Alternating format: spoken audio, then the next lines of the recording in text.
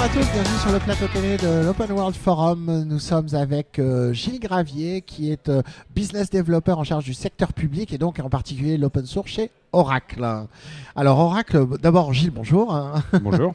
Oracle, on ne l'imaginait pas forcément il y a quelques années, cette société présente sur un congrès dédié au monde de l'open source. Et puis il y a eu cet événement, le rachat de Sun Microsystems, qui a entraîné l'intégration de Java, de MySQL et de OpenOffice à l'intérieur d'Oracle.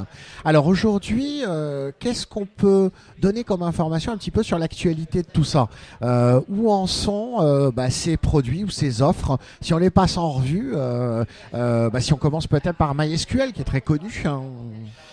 Alors, avant de parler de l'actualité, il y a une chose qu'il faut savoir, c'est qu'Oracle, avant le rachat de Sun, faisait déjà de l'open source, puisqu'Oracle est un des gros contributeurs à Eclipse. Oracle était le propriétaire de InnoDB, qui est l'un des data stores open source de MySQL, hein, j'en parlerai tout à l'heure, et de BerkeleyDB, qui est une base de données embarquée open source, qui vient de Sleepycat Software, une acquisition il y a quelques temps. Donc Oracle faisait déjà de l'open source.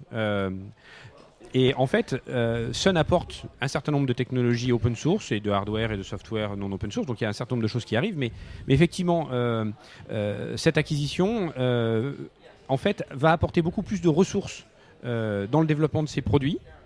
Et c'est ce qu'on commence à voir maintenant, c'est-à-dire que là, la semaine dernière, il y avait Oracle Open World, qui est la grande messe Oracle en Californie, et pas mal de choses ont été annoncées ou se sont faites autour de l'open source. MySQL, par exemple, on annonce la bêta de MySQL 5.5, qui intègre maintenant par défaut le moteur, le data store InnoDB.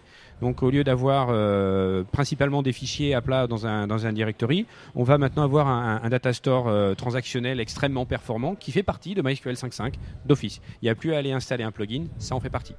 Et Java Alors Java, Java aussi, on a fait plein de choses. On a fait des annonces autour de la prochaine version de Java qui sera JDK 7 et donc de la sortie d'OpenJDK, donc en open source.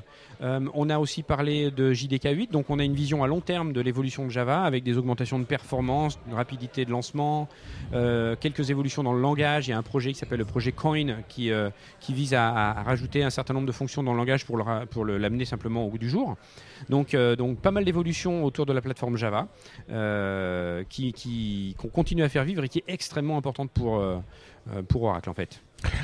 Au moment du rachat de Sun Microsystems, il y a un certain nombre de gens qui se disaient qu'Oracle n'allait pas avoir de vision autour de l'open source. Ce que vous nous dites, c'est qu'aujourd'hui, il y a des développements prévus, donc ça veut dire qu'il y a un horizon. On se donne un horizon et qu'on veut continuer à faire de l'open source. Moi, je ne le dirais pas comme ça, mais il y a effectivement des projets qui sont faits chez Oracle en open source, et ces projets-là sont des projets qui sont stratégiques pour Oracle, donc ces projets-là continuent à vivre leur vie, et à la différence de Sun, Oracle, à partir du moment où le projet est décidé comme stratégique, il y a énormément de ressources qui sont mises dessus, et donc le projet va avancer mieux qu'il aurait pu le faire chez Sun. Donc on voit aujourd'hui le résultat avec les annonces Java, les annonces MySQL, avec ce qu'on a annoncé autour d'OpenOffice, les versions commerciales, des versions cloud, donc un certain nombre de choses où Oracle vraiment met le paquet sur des technologies et des produits qui vivaient bien chez Sun, mais qui vivront encore mieux maintenant chez Oracle. Alors, c'est amusant parce qu'au niveau de la base de données, justement, Oracle versus MySQL, on aurait pu imaginer qu'il y ait une forme de concurrence en interne entre ces deux offres. Finalement, il semble, d'après ce que vous dites, qu'on va arriver à faire vivre les deux. Les trois. BerkeleyDB, c'est une base de données aussi. Les trois. Et sur la partie OpenOffice, là, c'est l'inverse. C'est-à-dire qu'on aurait imaginé qu'il y ait une complémentarité intéressante qui permettrait à Oracle d'avoir une offre complète et d'être plus présent sur le poste de l'utilisateur. Et c'est là où ça se passe un petit peu plus mal. On l'a vu encore tout récemment cette semaine avec l'annonce de la communauté OpenOffice qui manifestement n'est pas d'accord avec Oracle. Alors en fait, OpenOffice sur le desktop dans le monde de l'entreprise, c'est quelque chose qui est très important pour Oracle. Et ce qu'on voit, ce qui a été annoncé donc, dans les nouvelles releases d'OpenOffice qu'on va voir sortir, donc il y a Oracle qui reste l'acteur majeur dans le développement d'OpenOffice avec le site de communauté openoffice.org. Et la version gratuite d'OpenOffice qui est dessus.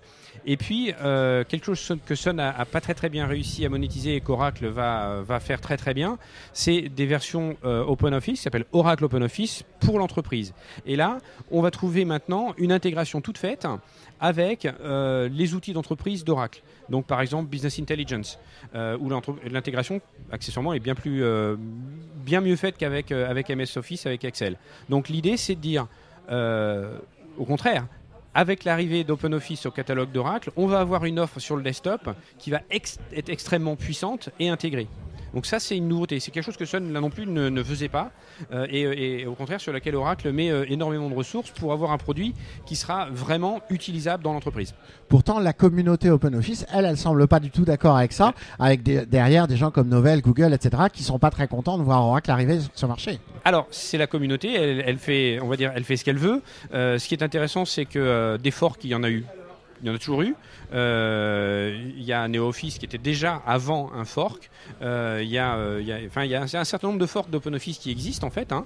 Et toute cette communauté, en fait, elle a un intérêt, c'est qu'elle fait vivre le format ODF. Elle contribue à apporter en fait de la crédibilité au format ODF. Plus il y a d'offres autour d'ODF, plus on a le choix. Et l'open source, c'est le monde du choix. L'une des raisons pour lesquelles ODF prend cette ampleur dans le monde du secteur public, c'est la notion de choix, de non-verrouillage. Donc c'est une bonne chose, c'est une chose naturelle et elle est bonne. Et des forks, comme je dis, il y en a eu plein. Il y a eu des forks de MySQL, il y a eu des forks de Mozilla pour donner Firefox, il y a eu des forks du Red Hat kernel pour donner Oracle Enterprise kernel. Donc des forks, il y en a dans tous les sens. C'est un phénomène naturel qui est encouragé. Et après, comme toujours dans un fork, tout le monde contribue. Hein, la licence d'OpenOffice, elle est LGPL. Ça veut dire que les contributions d'Oracle à la communauté, ce qui est normal puisque c'est Oracle le développeur principal, sont là. Les contributions de la communauté à leurs produits, à partir du moment où ils le distribuent, sont aussi à disposition d'Oracle. Donc la communauté entière, grâce à la licence LGPL, va contribuer au développement d'OpenOffice. Parfait, écoutez, on va suivre tout ça avec attention, voir l'évolution de cette intégration de l'open source au sein de l'offre Oracle. Gilles Gravier, merci beaucoup. Je rappelle que vous êtes en charge du business développement du secteur public, et donc en particulier de l'open source chez Oracle. Merci à tous et on se retrouve très bientôt pour un autre débat sur le plateau télé de l'Open World Forum. Merci.